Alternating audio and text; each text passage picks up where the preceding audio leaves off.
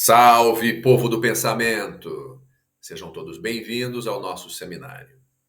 Nessa quarta aula, nós vamos trabalhar sobre verdade e mentira no sentido extramoral.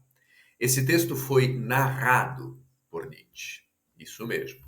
Em 1873, ele ditou esse ensaio ao seu amigo Karl von Gersdorff.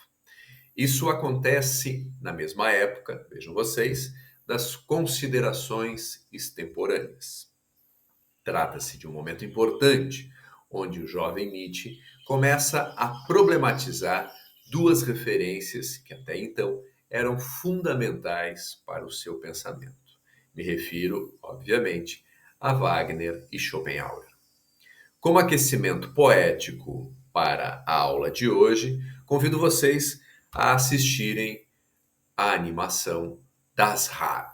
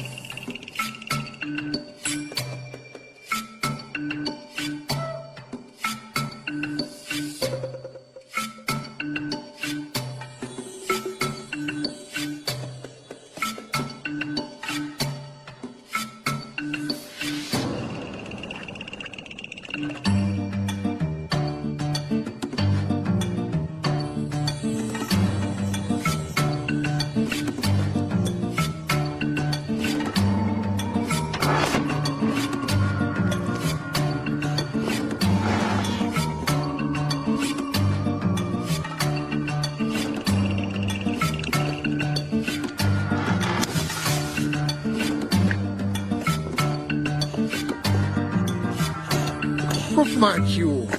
Ich glaub, da hinten ist auch noch eine. Hm? Hier!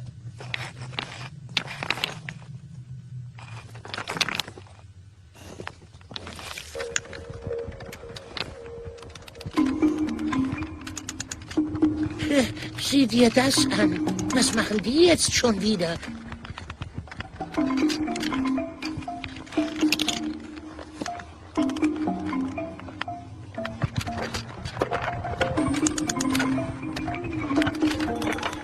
Holzhaufen? Ich sage dir, das steckt System dahinter. Hm?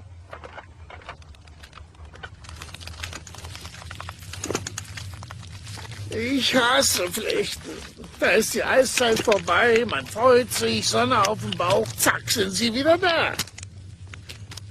Oh nein, ich hab Moos auf dem Kopf.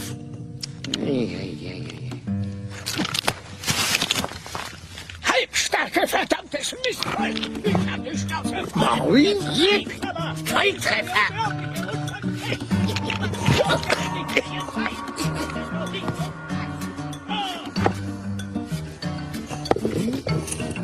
Oh.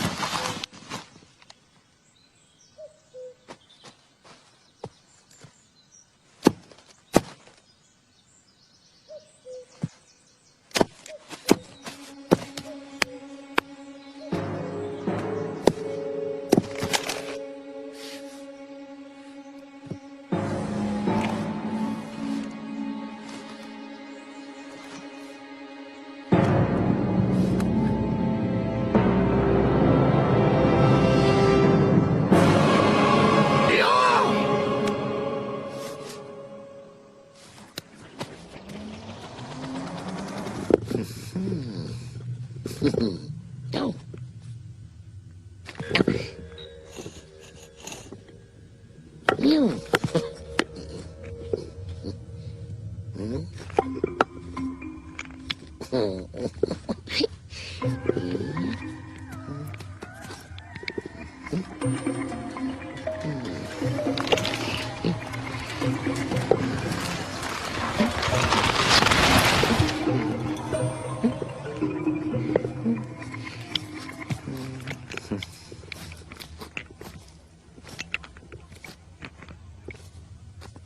Nanu.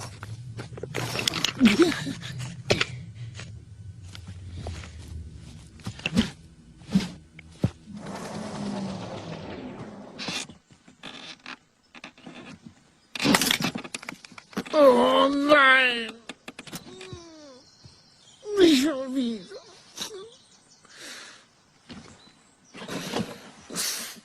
Ich hab's einfach.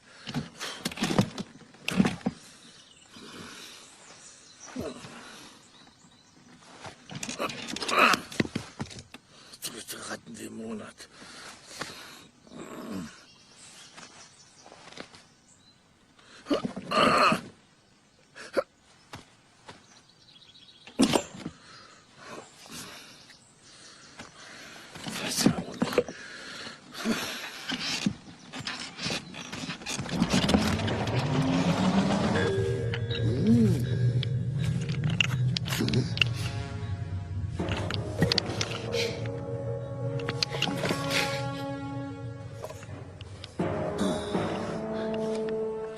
Na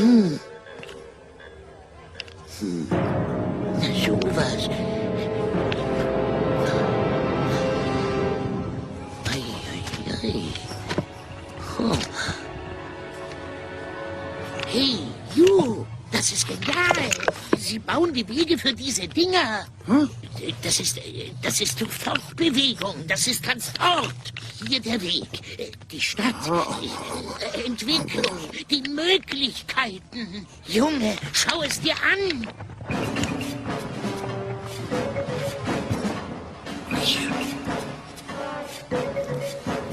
Und der Schlüssel zu all dem ist das. Das. Oh. Juhu.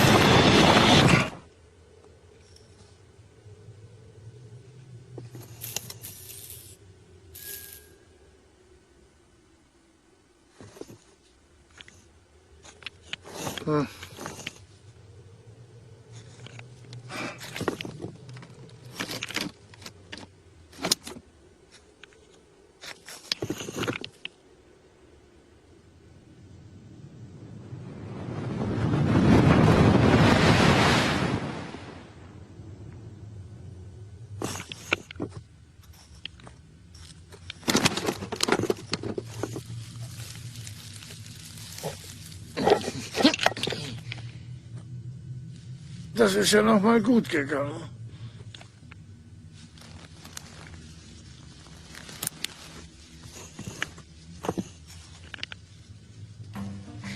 Ich will ja nichts sagen, aber du hast wieder gut Moos auf dem Kopf. Oh, das darf doch nicht wahr sein. Wo hab ich dieses blöde Moos auf dem Kopf? Das ist Moos auf dem Kopf. Ja. Du kannst blöde lachen, ja.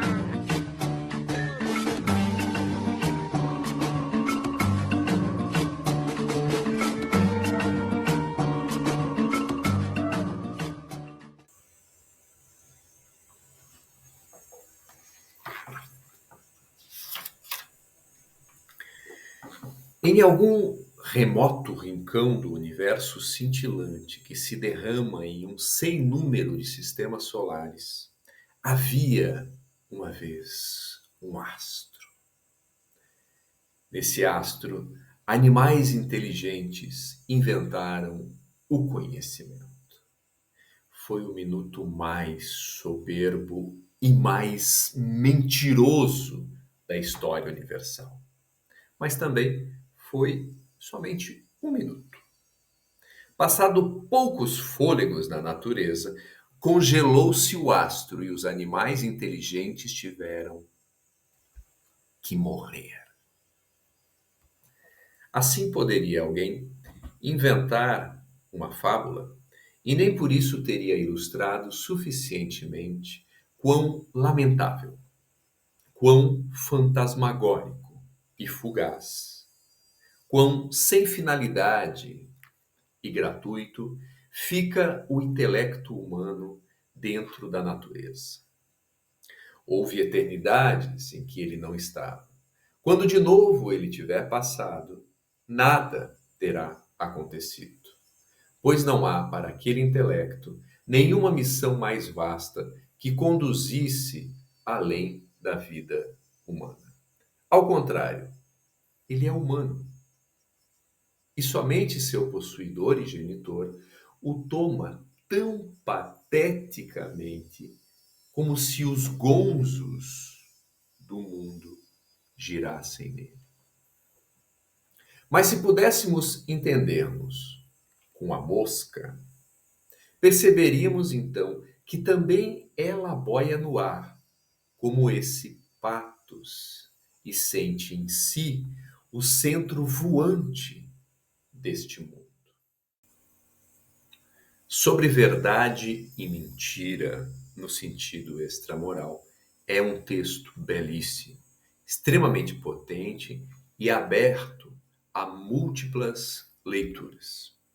Entre tantas possibilidades, eu vou me ater a dois temas. Primeiro, a crítica de Nietzsche ao excepcionalismo humano. E segundo, a relação que ele estabelece entre verdade e representação. Acredito que esses dois temas possam nos ajudar a situar, mesmo que de modo rudimentar, algumas das linhas de força que colaboraram com a emergência da filosofia da diferença. Pensamento com o qual iremos trabalhar a partir da nossa próxima aula. Bem, comecemos então pelo excepcionalismo humano.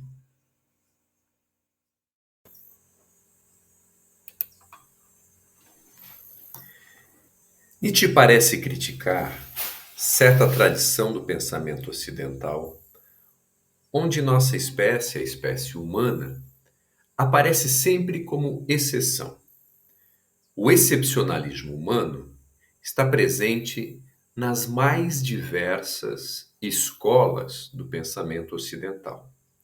Pode-se encontrá-lo no humanismo, no existencialismo, na fenomenologia, no racionalismo, no empirismo, no idealismo. A lista é enorme. Segundo essa tradição antropocêntrica, somos o único animal racional.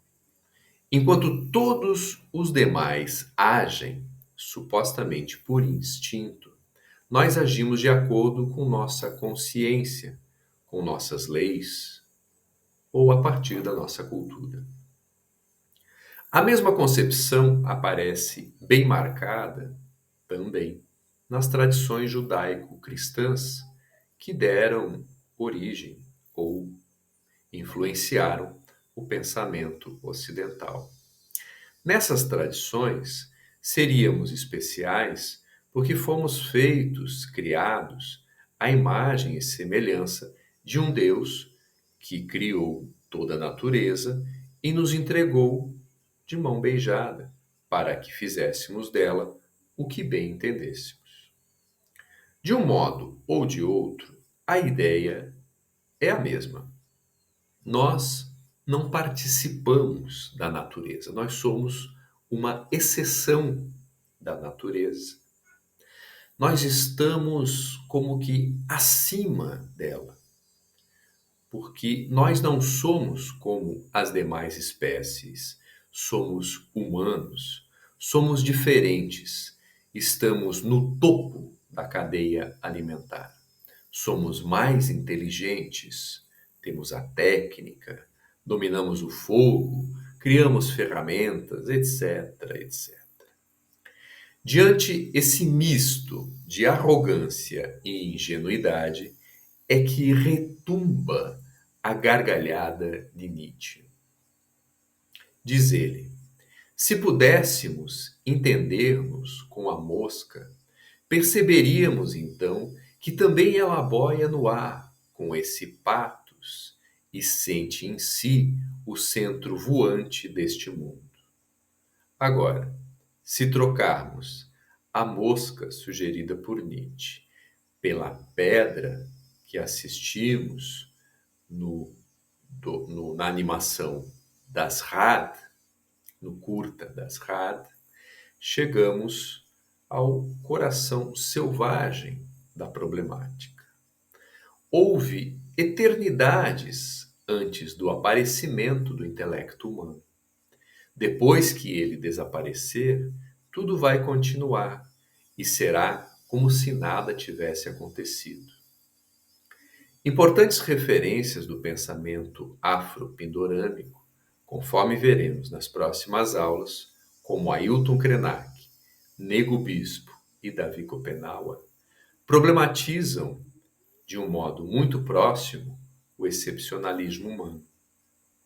Esse é um debate fundamental na arte indígena contemporânea, onde nossos ancestrais e muitas vezes nossos professores, como veremos, são os bichos.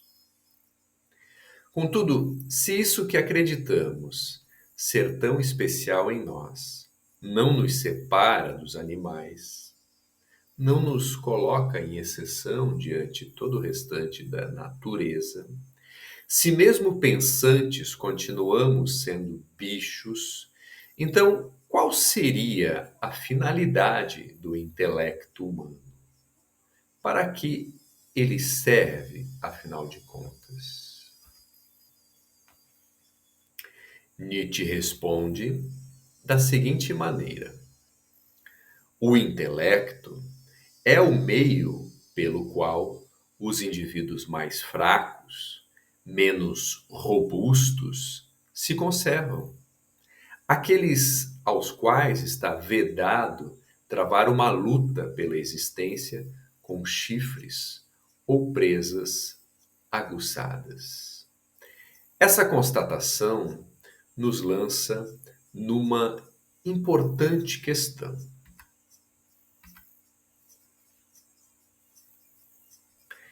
Se nossa espécie desenvolveu a consciência, o pensamento, o intelecto como estratégia de sobrevivência, essa mesma ferramenta seria adequada para descobrir a verdade das coisas, do mundo e de nós mesmos?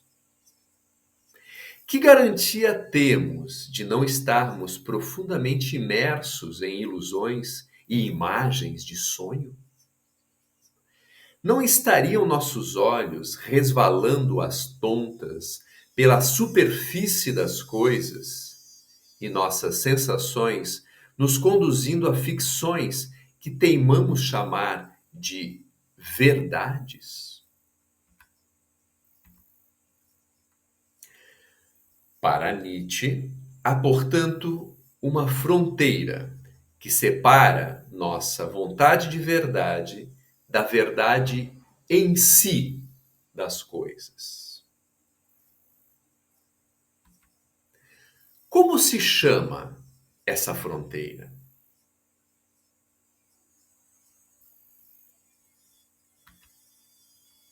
Linguagem. Essa fronteira chama-se linguagem. Ou melhor dizendo, trata-se de um limite que nossa espécie encontra sempre que busca traduzir ou simplesmente converter uma linguagem em outra. Aquilo que vemos é diferente daquilo que falamos, mesmo quando falamos a respeito daquilo que estamos vendo. E isso acontece por um motivo muito simples: falar não é ver. Quando falamos, estamos nos utilizando de uma linguagem. Quando vemos, estamos nos utilizando de outra. Aquilo que escrevemos é diferente daquilo que estamos vendo. Aquilo que dizemos é diferente daquilo que ouvimos. Quando essas linguagens aparecem coladas umas nas outras, estamos diante um pensamento que opera via representação. Maurício Blanchot e Michel Foucault darão sequência a esse debate, explicitando jogos de saber-poder que envolvem o que eles nominam regimes de visibilidade e regimes de dizibilidade. Neste ponto, podemos avançar em direção ao segundo tema da aula de hoje, a relação que Nietzsche aponta entre verdade e representação. Para trazer esse problema à tona, Nietzsche se utiliza das figuras sonoras de Ernest Chladni. Vamos assistir agora uma atualização desse experimento sonoro.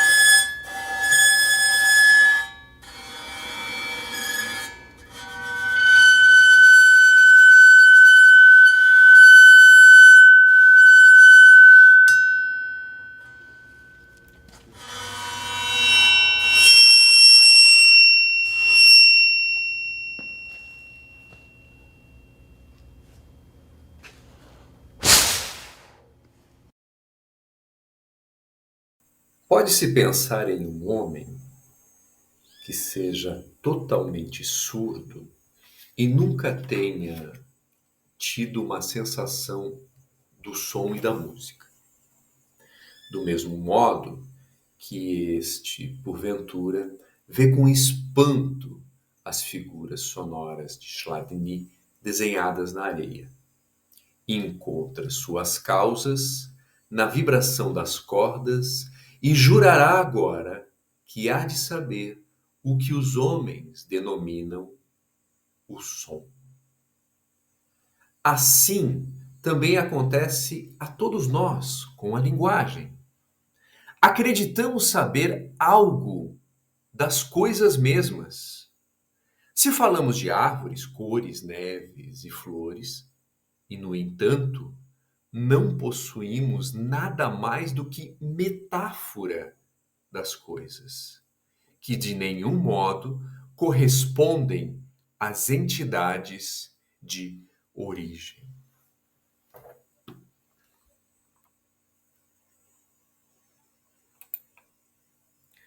Quando nos posicionamos, portanto, diante a quebra da representação, ou seja, quando aceitamos que ver não é falar, quando compreendemos que existe um abismo entre aquilo que vemos e aquilo que dizemos sobre o que estamos vendo, quando nos damos conta de que os regimes de visibilidade são de uma ordem e os regimes de dizibilidade são de outra, então aquilo que fazia cola entre esses dois mundos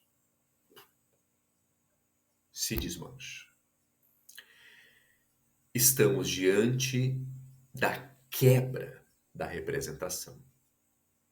Essa é uma questão importante para a filosofia da diferença, conforme veremos nas próximas aulas. Em Deleuze, a quebra da representação nos coloca diante o problema da criação. Ou seja, enquanto o pensamento moderno e representacional busca descobrir a verdade inerente às coisas, ao mundo e a nós mesmos, o pensamento da diferença se agencia aos processos de criação. É nesse sentido, como veremos adiante, que toda produção de conhecimento, seja ela científica, artística ou filosófica, passa necessariamente pela ficção. Mas, se toda produção de conhecimento passa necessariamente pela ficção, o que é a verdade? Vamos finalizar a aula de hoje com o primeiro parágrafo da página 57 de Sobre Verdade e Mentira, no sentido extramoral, onde Nietzsche responde a essa questão. O que é a verdade, portanto? Um batalhão móvel de metáforas, metonímias, antropomorfismos, enfim, uma soma de relações humanas que foram enfatizadas poética e retoricamente, transpostas, enfeitadas e que, após longo uso, parecem a um povo sólidas, canônicas e obrigatórias. As verdades são ilusões, das quais se esqueceu o que são. Metáforas que se tornaram gastas e sem força sensível. Moedas que perderam sua efígie e que agora só entram em considerações como metal, não mais como moedas. Bom, pessoal, por hoje era isso. Nos vemos na próxima semana. Um grande abraço para vocês.